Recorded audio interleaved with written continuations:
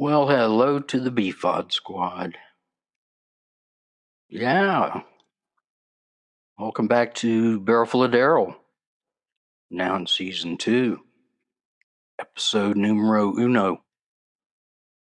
Yeah, glad to have you guys back. So,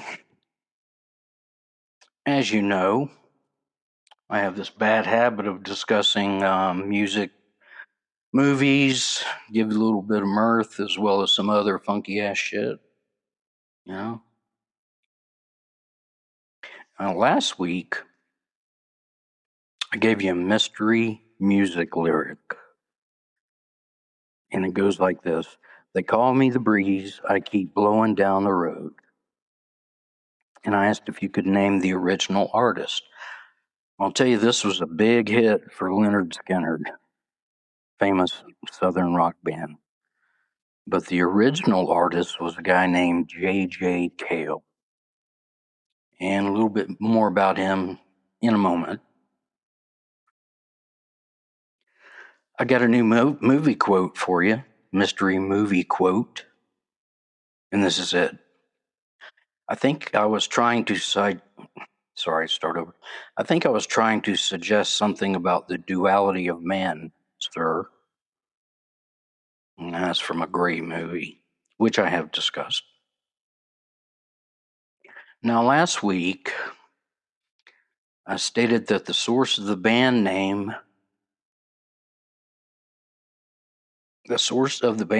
for Steely Dan comes from a book, and it's Steely Dan as a steam-powered dildo. And I told you it was from the book Naked Truth by William S. Burroughs. Well, my brain did a typo there, a little brain fart. The name of the book is actually Naked Lunch, not Naked Truth. So my apologies if you went looking for it. Okay, music.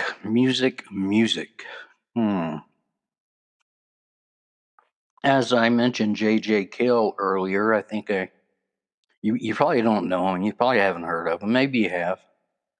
But you need to hear about him. Now, he was born John Weldon Cale, and he went by the stage name JJ Cale. He was born in Oklahoma City in 1938 and raised in Tulsa, Oklahoma. Now, he was an American guitarist, singer, and songwriter. Now, he avoided the limelight. He was reclusive, but his musical influence was vast, including the likes of Neil Young, Mark Knopfler, Waylon Jennings, Tom Petty, and especially Eric Clapton.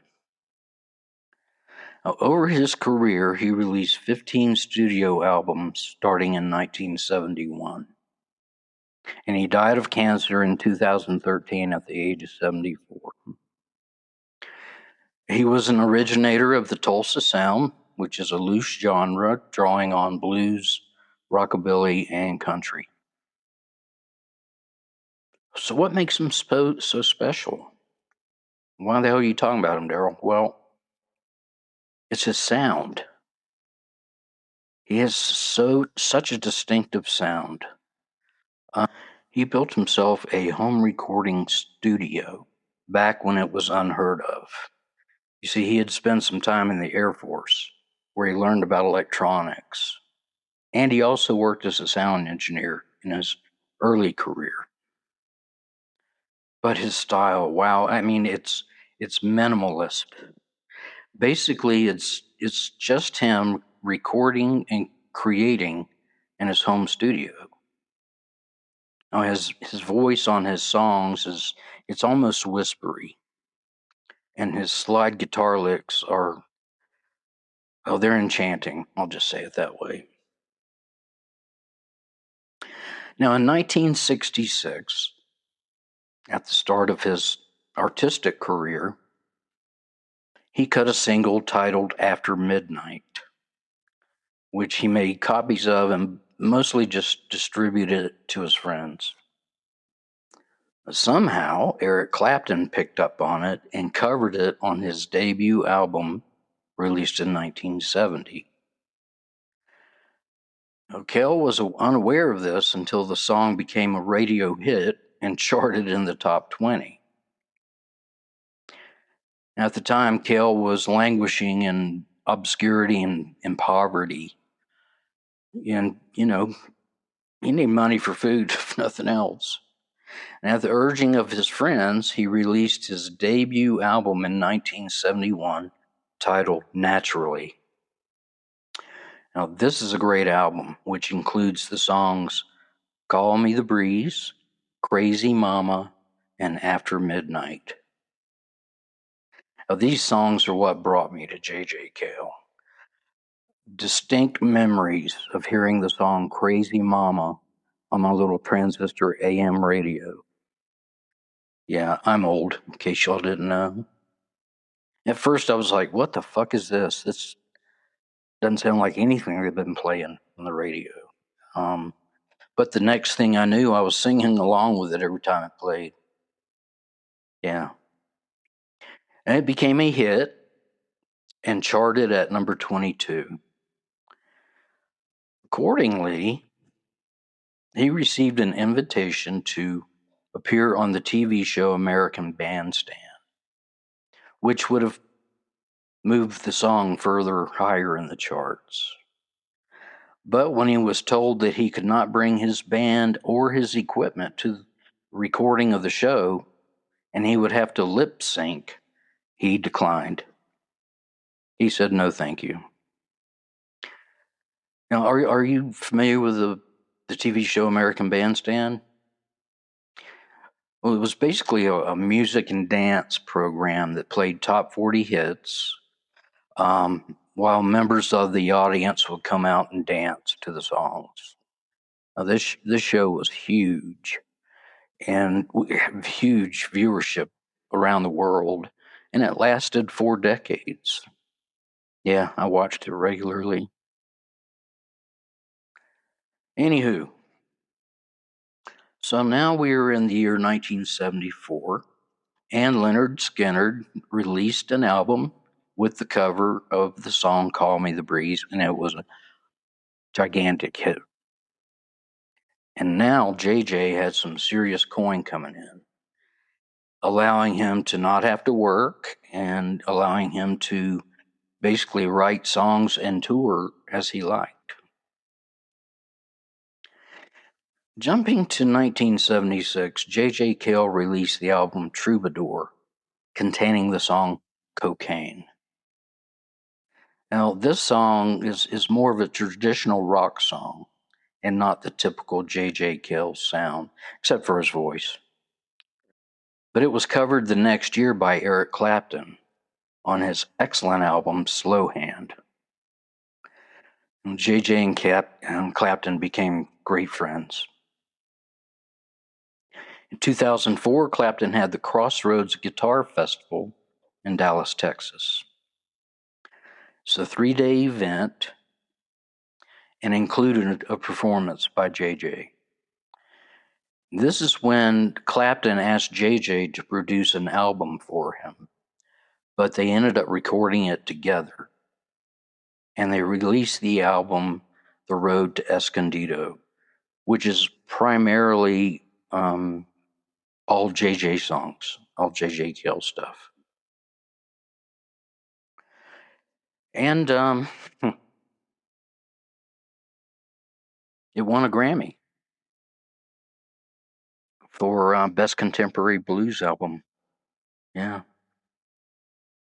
Now, going back a little, JJ, he moved to California in 1980 and became a recluse. He lived in a small Airstream trailer without a phone, out in the middle of nowhere, out in the middle of the desert. And the reasoning for this is he saw firsthand what could happen to a person who became famous, and he basically wanted no part of it. He just wanted to do his stuff, make his music, collect some royalties, and enjoy his life. Now, once he was contacted by Neil Young, who asked him to play guitar on his new upcoming album. JJ agreed if and only if it could be done remotely, and Neil agreed. So Neil sent the music to JJ. JJ recorded it, sent him back the tape recordings. Also, at one point, Tom Petty was doing a 5-gig show in San Francisco, and they were wondering who can we get as an opening act, and they came up with the idea, JJ Cale.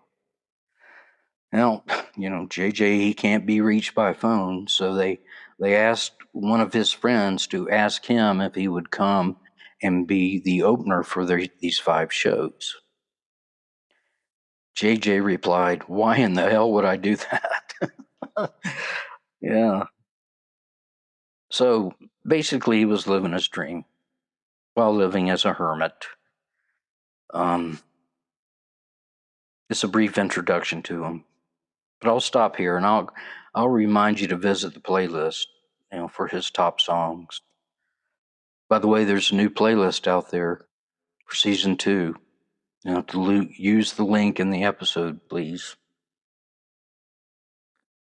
And now a word from our sponsor. I'll be right back. Hello, my name is Mordecai McDaniel, and I am an inventor located in Booger Hole, West Virginia. Yes, it's a real place. I think my latest invention is going to be a big seller and will allow me to keep on inventing. Well, what is this wondrous new thing, Mordecai? Well, I'll tell you. I have developed a process that cleans and purifies used baby and adult diapers. That's right, just like new. Hell, I'm wearing a pair right now. Cuts down on trips to the bathroom during my inventing time. There is a very slight chemical odor, but you get used to it. Now, this will save you half the monthly cost of diapers. They are now available at your local Piggly Wiggly or Dollar General. If you try them and like them, then yippee! If not, I'll send you a coupon for my next upcoming invention, recycled toilet paper. Thanks for listening and happy diapering. And we're back. Movie time. Movie. How about District 9? Wow. What a movie. I watched this again the other day, and I was still like, wow, what a movie. Now, it's an American-New Zealand science fiction action film produced by Sir Peter Jackson and released in 2009. And my God, the writing and directing in this film it's insane. And it was written and directed by a guy named Neil Blomkamp, who based it on his short film Alive in Joburg. Joburg being Johannesburg. Now, this film received 4 Oscar nods and was named one of the top 10 independent films in 2009. Now, the cast is primarily South African actors who were unfamiliar to me. That makes it more realistic as a movie. The setting is 1982, Johannesburg, South Africa. Now, the spoilers start into this film only about 20 minutes in, so there will be some spoilers. So at the start of the film, a huge alien mothership arrives and hovers over Johannesburg. And I mean, this was a huge mothership, dwarfing a lot of the city of Johannesburg. Could see it from anywhere, basically. After a few weeks of hovering, Johannesburg sent an investigation team who were able to gain access inside, where they found over 1 million malnourished insect-like aliens, which they dub as prawns. Now, this is a derogatory term akin to bottom feeders. But these aliens, they really do look like prawns. Huge fucking shrimp. And they are ugly.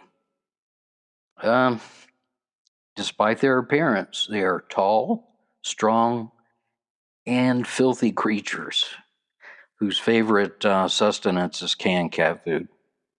Yeah. Now the government, they rescue these prawns, and they quickly realize that the prawns cannot coexist with the citizens of Johannesburg. And all the prawns are forcibly relocated to an internment camp within Johannesburg called, you guessed it, District 9. Now, over the next 20 years, the district basically becomes a huge slum, and there's still a lot of unrest between the prawns and the local citizens. So the government decides to relocate the prawns to a new camp miles away from the city, and they hire a defense contractor, Multinational United, MNU, to relocate them there. And this is when the fun begins.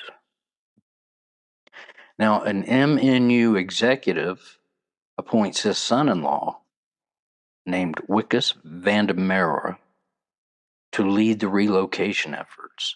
Now, this guy is a meek, naive bureaucrat with no military training or experience. And it shows. It's both comedic and pathetic to watch him as the relocation begins. Now, primarily because they've been instructed they're going to have to get signatures on these forms for relocation. Yeah, right. So the MNU, led by Wikus, nerdy guy, they enter the district and begin to get these signatures, or try to. But you can imagine it does not go well. Now, there's one prawn in the camp, and his name, I guess they gave him this name, Christopher Johnson. Really smart guy. And he's got a cute little son that hangs out with him. And they have been secretly synthesizing the fuel that they need to be able to get back up to the mothership. They have just acquired all of the fuel that they need when Wikus forces them out of their shack and he begins to search it. Now, Wikus, he finds the fuel, which is in a handheld metal cylinder, all kind of little beepy things on it. Well, he starts to try to open it, and he gets sprayed in the face by the fuel. He stumbles out of the shack, wiping all that shit off, and he begins to vomit violently. He also gets smacked pretty hard by a prawn, which injures his left hand and arm. But he begins to feel very ill, and a dark fluid starts leaking from his nose. He returns home that night and meets a surprise party celebrating his promotion. As he enters the house, it is dark, and he tells his wife that he is about to shit his pants just as she turns on the light, and about 20 people yell surprise. Well, he finally makes it to the bathroom, and he comes back out, and they're cutting cake, and he's standing there, his hands bandaged, he's got black shit running out of his nose, and he collapses into the cake and crashes through the table. He wakes up in a hospital room where a doctor starts taking the bandage off of his hand, and he finds that it is mutating into the hand of a spawn, which is kind of like a claw, kind of like talons. Basically, Wikus's DNA is becoming prawn DNA. Now, the doctor sounds an alarm, and Wikus gets restrained and taken into a medical research lab that has been dissecting prawns, studying them. You see, the government had collected prawn weapons, but they can only be used by a shooter with prawn DNA. Yeah, little safety feature there. So they strap Wickus into this chair and they force him to fire the weapons with his prawn hand, shooting at pigs and stuff, and eventually he's forced to shoot at a live prawn, and everything just splatters all to shit when he shoots them. So it's very explosive, very successful results. And seeing this as a potential for very profitable weapons research, Wickus's father-in-law orders that his organs be removed for further research. Yeah, I told you, some great writing here. So Wickus, he's laying there wide awake, no anesthesia, and a doctor starts preparing the tools to cut into his chest and remove his heart. So Wickus, he is pleading with him, don't do this, and he basically goes berserk. He overpowers the medical staff and he escapes from the building. Now the MNU starts a manhunt for their $1 million mutant. And they also publish a news story, get it out to the media, that Wickus is a wanted man who has contracted a contagious disease from having sex with the prawns. Yeah. Now Wickus, he manages to make it back to District 9. And due to his ongoing mutation, he's starving, but he finds that he can't stomach the cat food.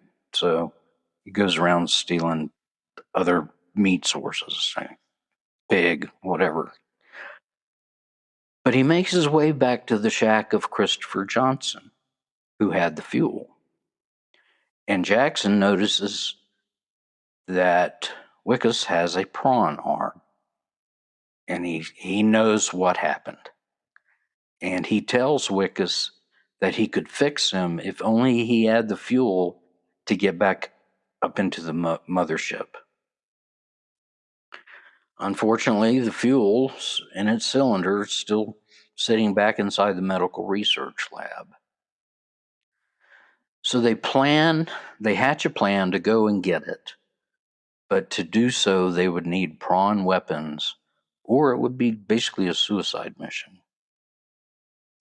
By the way, there's also in District 9 a Nigerian crime gang who have been using magic to try to gain prawn DNA and their powers. And basically, they've been killing and eating prawn parts. So Wickus goes to them to buy the weapons. But when the crime lord sees his arm, he decides to kill Wickus and eat his arm. Yeah. So I feel the urge to stop here and not give you any more spoilers, because it's that good a movie. It's really that good a movie. You need to watch it for yourself. So I also urge you to go to Netflix. It's there until March 31st. So you got a couple of weeks left to give it a shot. As per, I have only nicked the surface of this film. If I had an actual list of my favorite movies, which I don't, this one would likely land somewhere in the top 15, maybe number 14.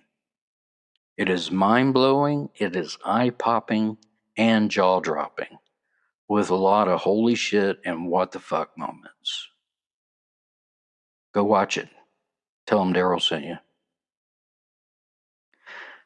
By the way, I don't read many books anymore, but I have read thousands during my life, and just want to let you know about my two favorite authors. And they are Cormac McCarthy and Haruki Murakami. Yeah, that latter is a Japanese writer. Now, these two authors, they're writing that just fills your head with imagery of what's going on. So if you're a reader, I recommend the book Blood Meridian by McCarthy and A Wild Sheep Chase by Murakami. Just ask my friend and constant listener, Dustin. He took my advice, and I think now he's an avid reader of Murakami's books. Again, that's Blood Meridian by McCarthy and A Wild Sheep Chase by Murakami.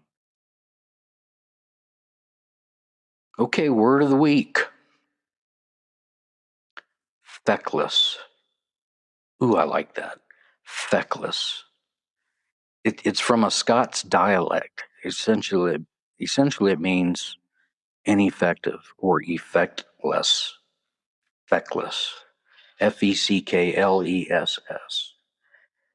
It's also used to describe a person who is irresponsible, incompetent, or inept. Yeah. Feckless people out there. Joke of the week. A man goes in the kitchen and kisses his wife goodbye as he tells her he's going to go have a round of golf with his friend Harry. And she says, "Okay, have fun." 4 hours later, he comes back and he is disheveled and completely worn out. The wife says, "Oh my God, what happened to you?" And he told her, he said, "Harry had a heart attack and died on the second hole." She says, "Oh my God, how awful." He replied, "Tell me about it." After that, it was hit the ball, pick up Harry. Hit the ball, pick up Harry.